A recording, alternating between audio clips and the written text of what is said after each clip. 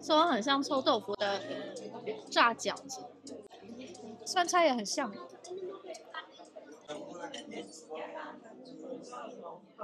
开心，皱了一下眉头。我觉得问题不是在饺子我觉得问题是在它是热炒梅。在影片开始之前，请记得订阅我们的频道哦。影片要开始喽！ Hello， 大家好，今天影片非常特别，邀请了3位台湾朋友，长期住在波兰。Hello， 你们要不要自我介绍一下？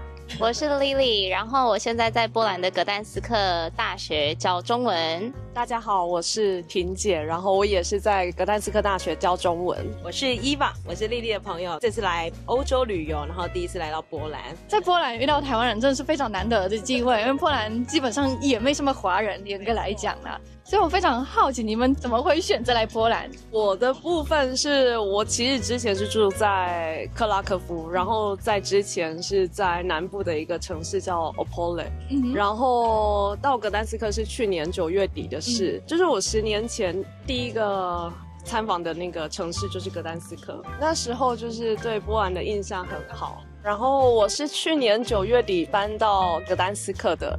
那就是这已经算是我在波兰的第5年，那住了很习惯，我想说继续待下去这样子。那丽丽呢？那我跟你比起来，我真的算非常新的住民，因为我是今年3月才来的，然后来这边就是刚好碰到这边春天啊，然后马上又放假了这样子。那当初为什么会想要来波兰呢？因为我算是教育部外派的华语老师，那当初我就在选说，在欧洲有哪些国家可以来教书？那第一个就是有像法国啊或者英国那种，这种消费太高了。然后我想去德国，然后可是我认识的朋友他就说，德国的工作环境非常高压，可能不太适合你。然后呢，就波兰，就看到波兰这个国家，就是完全不了解，旅游也不会排在首选。那想说，那既然不是旅游会去的国家，那要不要干脆来这边生活看看？对对对，所以当初就是想说，那干脆就来这边生活个1-2年，如果喜欢的话，就可以继续待在这。那目前还喜欢吗？目前很喜欢，我喜欢这边的生活步调，非常的慢，非常非常的慢。那伊娃呢？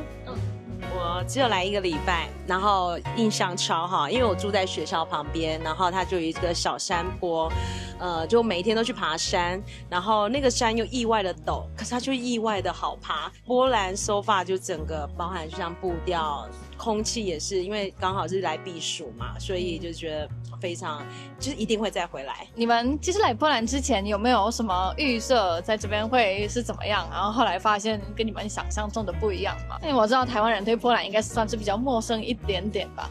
因为我第一次来，其实要追溯到10年前，那时候是以旅客的身份来的，放假嘛，同学就邀说波兰很便宜，然后想说好啊，有假，然后又很便宜，就是穷学生嘛，就跟来了。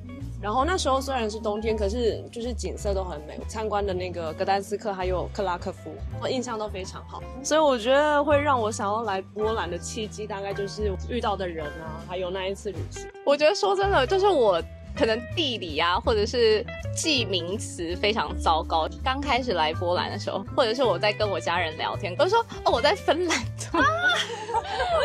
然后呢，每次都芬兰还是荷兰，不对，是什么兰？对，波兰。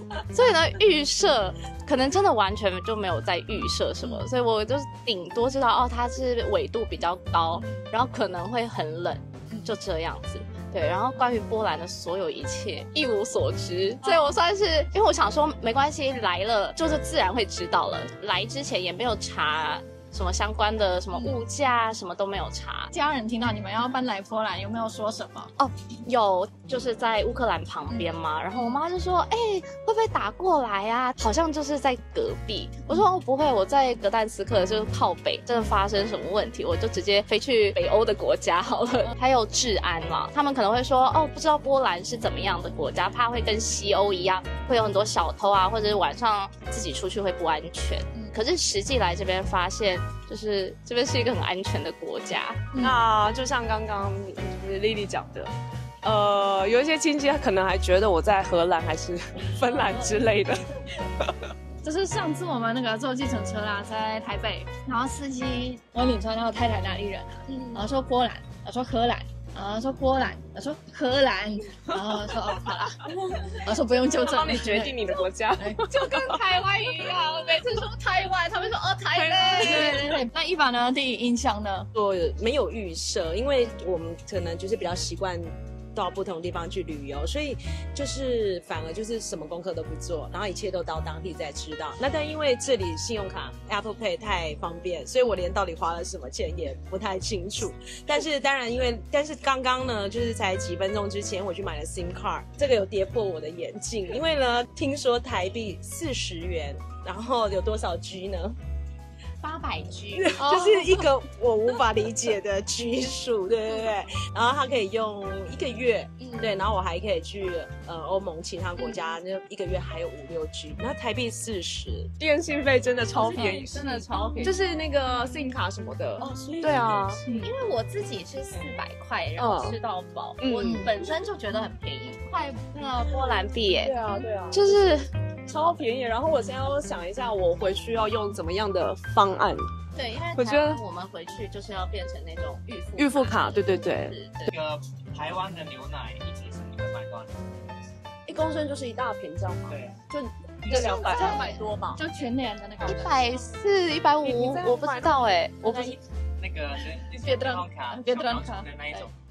它优惠来的时候，1公升牛奶是1.99块波兰，还有优格。对啊，我在这里吃乳制品，就是吃的非常开心。每天 berries， 这个覆盆子这贵的11块，然后在台湾便宜的都没有这个价格。最近是蓝莓季嘛，如果你下午4、5点去，根本抢不到哎。对，因为我们昨天就4、5点，然后他就说哦卖光了。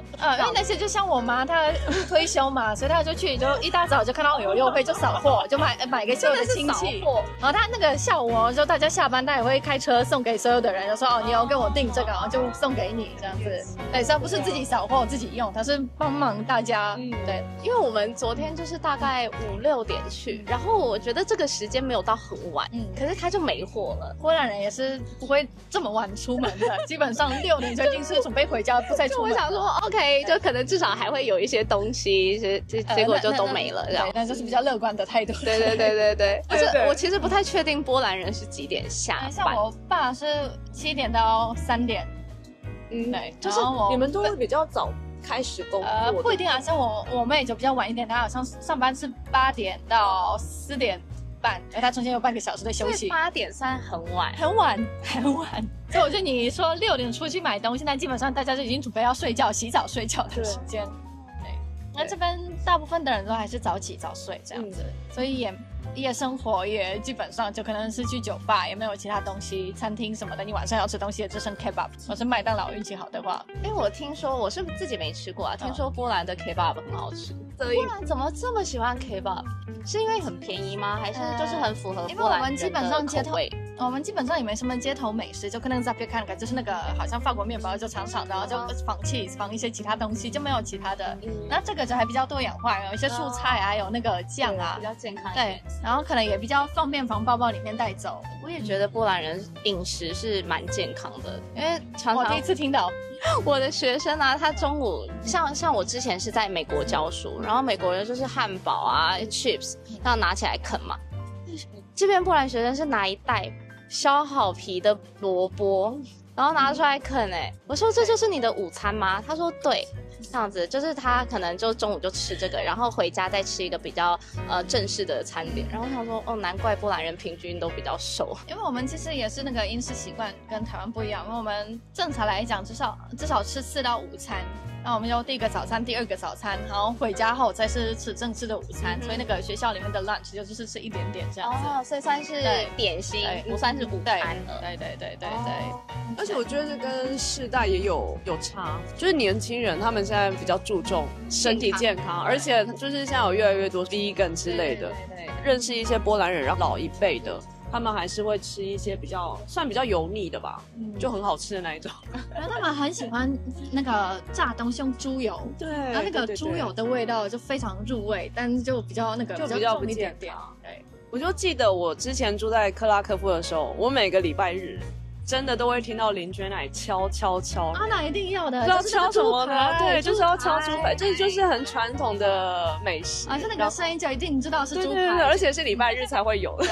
所以猪排是礼拜日限定美食。对，还有那个大家聚在一起的时候，对不对？对，所以那个礼拜天的午餐是最正式的。对，然后平常就可能随便，但是礼拜天大家比较有空，然后可能上教堂回来，对，来就大家一起就用餐这样子。然后那个鸡汤隔天可能会变成番茄汤，后天可能会变成另外一种汤，就加不同的蔬菜进去。对。除了你们刚讲的那个消费习惯跟那个生活习惯，还有没有发现什么其他的文化方面的差异？还蛮可爱的。我自己的发现就是，我刚到的时候，记得我是去医院嘛，然后大家排队。如果你刚到那个门诊间的时候，会有一堆人在那边排队，而且第一句话就会是跟大家问好，金打不嘞？然后我想我在台湾我去看诊的时候，好像不会对着一群我不认识的人说你好，也不会说大家好，所以我觉得很可爱。然后接下来的问题就是，谁是队伍的最后一个，对不对？因为大家不是站着排队的。然后我就想说，为什么不会在诊间上放个号码还是什么的？因为我们心里知道号码，我们。对，就基本上每个人预约只有一个时间或是一个编号，那每个人都心里知道，但是起码还是要尊重那个来的顺序，就会问最后一个是谁。文化冲击哦，我觉得就是好，让我讲一个比较负面的。可以啊，可以。就是虽然这边就是生活步调很慢，非常好，适合退休，可是真的太慢了。就是我之前因为我刚搬来，然后我要找住的地方，然后因为我是住在学校提供的就是教师宿舍，然后那时候我就要找那个楼管签名，签完我才能进来这样子，然后我就给他签，他只要签名就好了。我就站在他前面，他说 OK 你可以走了。我说那你什么时候要给我这张？他说下礼拜吧。可是我那时候我没地方住，对，所以我觉得这边动作的效率，他就说你不要急，你慢慢来这样子。他说你太急了，所有亚洲人都那么急吗？我说也不是，可是这个你只需要10秒钟签个名，看一下那个文件，这样就好了。这样子你还说我太急，是我太急还是你太慢？对啊，我觉得这个效率部分，我觉得可能不只是波兰，可能整个欧洲都是这样子。那对于亚洲人来说，什么开个户啊，什么都要跑1个月这样子，我就觉得应该说我自己本身要调整心态，对，就是因为我就是自己干着急也没办法，我只会每天就是很生气，然后打电话回家抱怨，就说这边怎么样，动作效率很慢啊，我跟他催了好几次，他都不理我这样子。可是我后来就是可能2-3个月后，我现在就学着要自己调整这个心态，不然就是每天都是感觉高血压。对。对，因为基本上在这边，大姐说我的时间就是我自己管理，你不是来管理我的时间。那其实你越想要人家赶快帮你催，他会越帮你往后。对，他就说你尊重，不要催他。对，然后他自己的时间就他知道的时间，他会帮你安排好。那你就觉得说你催他，他就会故意。对。难怪我觉得我怎么等的比其他人还要久。但这是效率确实是很慢，因为台湾护照基本上1个礼拜嘛，你加价可能3天甚至1天都拿得到。因为我的护照明年过去，但我10月可能需要出国1次。但是呢，我可能没办法，因为我刚刚发现我的护照在这边办我来不及，我拿不到。然后回台湾也是一样，就是拿不到。对，就是他说一定30天内可以拿得到，但他不保证是几天这样子。然后我问他，那现在很多人在办嘛？他说对，很多人在办。那基本上就知道那连试都不用试了。对，就基本上就不能直接问他，只能用一些其他简洁的问题委婉的方式。对，那在这边有没有遇到什么那个猜到别人地雷的那种？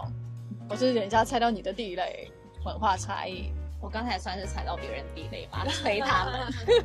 但你原本不是不知道，在我对啊，我不知道啊，我就说什么时候给我一个确切时间，我要确切时间。他就说没有啊，我们也不知道这样子。我觉得这可能是朋友间比较开玩笑的方式。然后你等一下可以告诉我，是真的踩到波兰人的地雷。就我们有一次出去用餐，然后我点的那个餐里面有面包吧，而且它不太大。然后又不想把手弄脏，我就拿叉子，然后直接把它插起来。叉子，对，然后呢？然后就开始吃啊。哦，然后我波兰朋友看到说：“你最好不要让波兰人看到，不然把你打死。真的吗？为什么？对，因为面包就是比较那个神圣的食物。对，因为就是宗教关系啊，就基督身体就会用面包去比喻嘛，这是第一嘛。然后第二就是餐桌礼仪，我们没有这样子插东西，我就这样子吃。顶多如果你不知道怎么吃的话，就到餐了就切一片这样子。对，然后如果这样子插起来，就可能超过4岁的小孩之后，就可能就不这么适合。对，所以你们会怎么吃？就是面包吗？对啊，如果在餐厅的话，就可能用手剥鱼片或什么的，对，看那个面包大小 ，OK， 对，然后看它搭配的东西。好。对，基本上对面包可能比较敏感一点点。原来我就没想到，就是跟那个宗教有关系。对，就是以前啊，现在应该年轻人是还好啦，但是像是那个老一辈的，我有两辈的，像是那个我外婆的那一代，他们那个吃面包这代会拿起来亲，对，才吃进去嘴巴里面。就表示那个面包的尊重。对，那我补充一下那个文化差异好了。这边礼拜天，所有的东西所有商场都不开。对，这是让我觉得蛮冲击的，就连 shopping mall 就是，大家不是就是星期六、星期日要出来逛街，就突然关起来。这是几年前才有的几年前才有的。对，也不是开，但是为了促进家庭生活，他们决定商店不能开，咖啡厅可以，电影院可以，所以像是这边 shopping mall， 它那些卖吃的、卖喝的可以营业，可是逛街就没有，但没有东西可以买。对，除非比方说小店，然后老板自己出来卖东西，所以就不能禁止他赚钱嘛。他想要出来赚钱可以，但是真的老板本人卖。不能请员工这样子。对啊，那礼拜天你们都做什么？在家里吵架吧。真是好现实。没有，如果是真的要说那个家庭生活，就可能像我家里，就爸妈早上去教堂，然后说要不要去哪里散步，去森林啊，或者去海边。然后就散步回来，在家里吃午餐，然后就可能懒的看个书啊，看个电视啊，看个电影这样子啊。到晚上吃个晚餐就差不多了。家庭生活大家已经非常期待可以隔天上班。对，就是这点跟台湾很不一样，因为台湾就是什么星期天跟朋友约去逛街，或者是对啊，然后连大卖场就是想买个菜，也没办法。就是没有。所以其实我每次回来，我也会忘记这件事情。然后我妈说明天礼拜天你们要吃什么？说我为什么我礼拜六也要知道我礼拜天要吃什么？就会想起来确实是要先规划好，要先准备好，不然真的没东西吃这样子。它好像一年当中有几个指定的礼拜天是可以营业，一个好像是复活节之前，一个是开学之前，一个好像是2个好像是12月在圣诞节之前这样子。对，需要大采购。对，是需要大采购之前。对。你们来波兰一段时间，包括Eva，有没有那个吃到波兰美食？有没有觉得跟台湾有什么差别？我可以分享一下，就是波兰人很爱的饺子然后是甜饺子。我现在是很爱甜饺子，就像包莓果啊、蓝莓那些。台湾观众常常觉得我在整大家。我觉得我第一次吃也觉得被整了。我那时候的室友就说想要带我去吃传统美食，我想说好啊，然后就跟他去。就是我看到那个餐送到的时候，我整个吓到，因为就是草莓，就饺子里面包的是草莓。你吃过吗？我其实还没。你还没吗？怕浪费钱。然后我就看我室友他怎么吃，他就是先加糖，然后配一些 sour cream，然后我就觉得这个完全颠覆我吃饺子的方式。然后我想说他已经帮我点了，然后餐也都送到了。我必须说我那一次真的没办法享受，因为就是感觉非常奇怪。那个皮就一样啊，里面就是包甜的，要么草莓，要么蓝莓、樱桃那种。对。是正餐。对，正餐是甜的。对，所以就是我那时候真的冲击超大的。过了好几年以后，就我在克拉科夫的时候，我想说再给他一次机会。然后我从那一次开始就真的爱上了。那时候吃的那一份不好吃还是怎么样，也是有我那时候没办法接受。然后在克拉科夫就是再吃了一次之后，觉得其实还蛮好吃的，而且就是夏天才有的，对，所以你是要赶快把握这个机会。是只有限对，这是夏天限定，夏天对限定哦，对啊，还有草莓面，那个一干面吗？对，比如说面再加草莓酱，还是本身奶昔这种东西，然后然后再加几颗比较没有烂掉的草莓啊，对，然后就加面条螺旋面，我不能想象，好吃。然后那个我还不能接受，那个我吃过一次，然后我是没办法再吃第二次。我们待会就去吃。可以。好，我们先吃饺子。我草莓面我难想象认真说，你可以我前几天吃完，上个礼拜吃，我觉得好爱。草莓面吗？草莓面我就好爱。第一次吃，对，我第一次，我一开始一路以来，我都觉得很奇怪的东西，怎么可能？可是我吃过之后，我觉得很好吃，我一直加。哦，带酸味，酸酸甜甜的面。那有带咸味吗？没有。纯粹就。一凡，你真的要试，在你离开前一定要试。OK， 我决定。待会去找一家去吃。可以，感觉很像在吃甜点，是不是？对，吃起来其实很清爽，很清爽。对啊，可是它真的没有甜，它不是甜的，它吃起来就不是那种很甜的甜，对，就是草莓的甜，对，就是台湾人的甜就对了。对，那你们在波兰生活有没有遇到什么挑战？就波兰语不好，可能沟通比较难，但我觉得这个是少数。就现在年轻人其实英文都很好。格丹斯克我不知道为什么，我有时候问那种比较年长的人，他们都说着一口流利的英文了。我是觉得在这边遇到英文说得很好的老一辈的，他们就是比例还蛮高的。基本上像我爸妈那个年纪以上，他们学的是俄文，不是英语。如果是英语的话呢，真的就是少数了，真的是算是幸运。因为我在来之前 ，Lily 她有跟我说，可能这边人比较不喜欢微笑，就是到时候不要觉得怎么样，对，就没笑容，不是不喜欢微笑，是没笑容。所以我这个的话，我就是因为先听到这句话，我反而会特别给出笑容，所以我想笑容是无国界的。当你是主动释出给笑容的时候，你真的不管对方，因为像我遇到，因为我就是一个连就是 Google Translate 都懒得拿出来，从头到尾都问别人的人，所以就算他听不懂。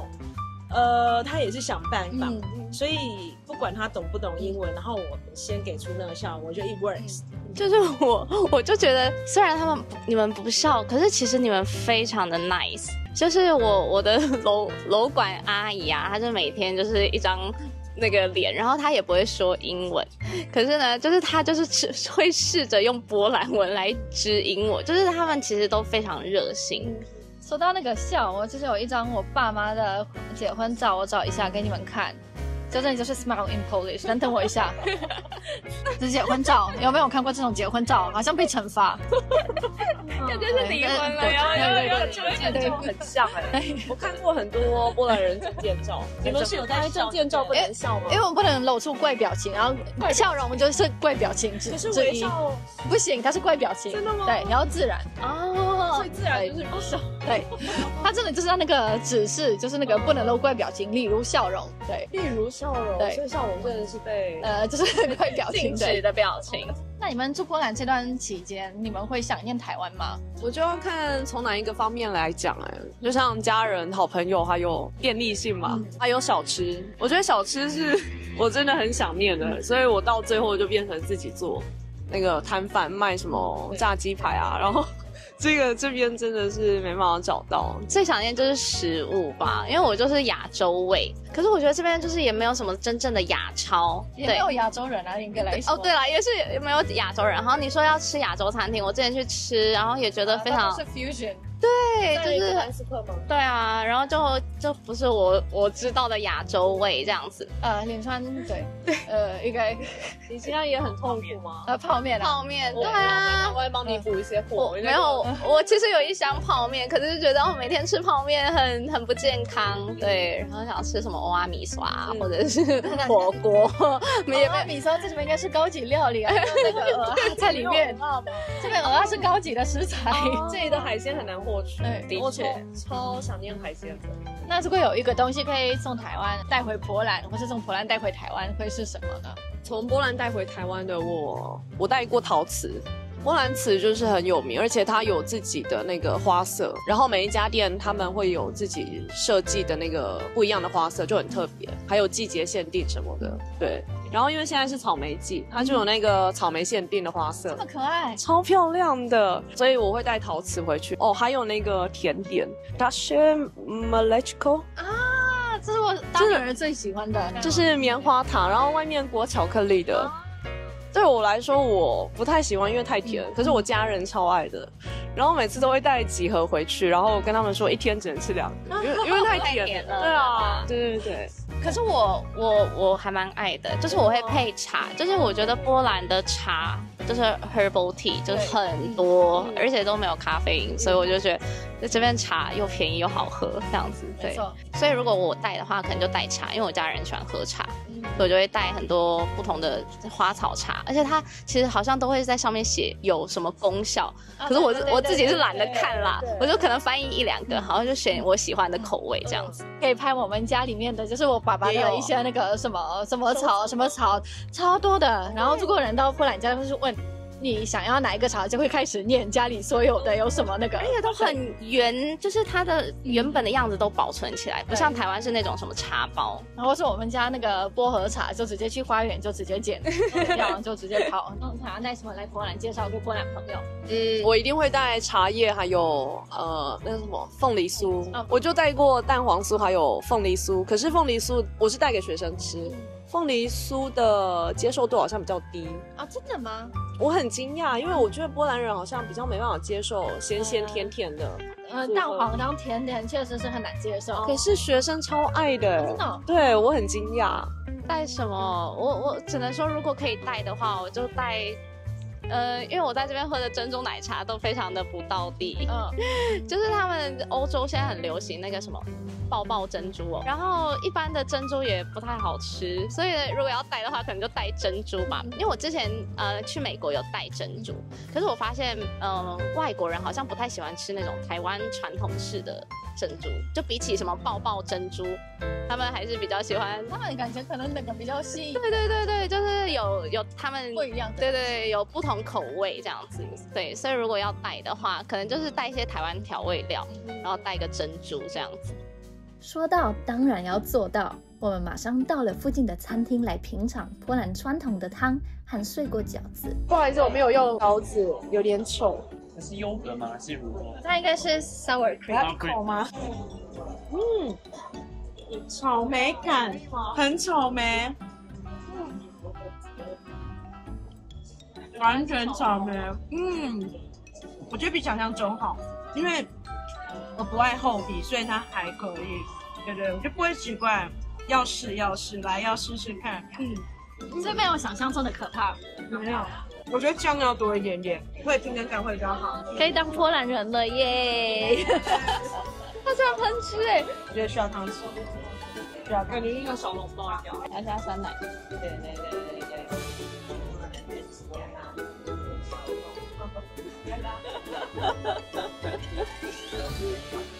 对，他有皱眉头，或者现在想要试试。我觉得问题不是在饺子我觉得问题是在它是热草莓。我觉得是 OK 的，而且它面皮其实甜甜的。可是我觉得最大的问题是它是热的草莓，就会觉得很怪。热的草莓很怪吗？我觉得就是味道都没有奇怪，就是它是热草莓，就会觉得有点奇怪。是不是冷的话就应该？我觉得冷的可能就会更好吃，会不会？可是不能冷的，对吧？会觉得冷掉不好吃。冷掉。应该说我没有预想到它是热草莓，就是还是烫烫的这样子。可是我觉得还可以哦。还蛮神奇的。我们基本上觉得说冷的东西，台湾的凉面嘛或什么的，我们是觉得冷的东西会肚子痛。肚子痛，对。所以我们就喜欢吃热的。你们喝冷汤就夏天限定。夏天限定。我懂，就是越吃会越化群。哇，好神奇哦。整个鲜血直流。等一下，已经麦克风。好险没事。我觉得越吃越好吃。还可以，这太好了，越吃越好吃。谢谢你们，我就这样子看你们，因为你们我们没有利益关系嘛，你传说好吃没有人相信嘛，等你们说好吃，我这个观众可能终于可以被说服到。如果是你的话，你会愿意尝试草莓饺子吗？请留言告诉我。今天非常感谢3位愿意奉献你们的时间跟我们一起拍影片，非常开心。好，下次影片见，拜拜。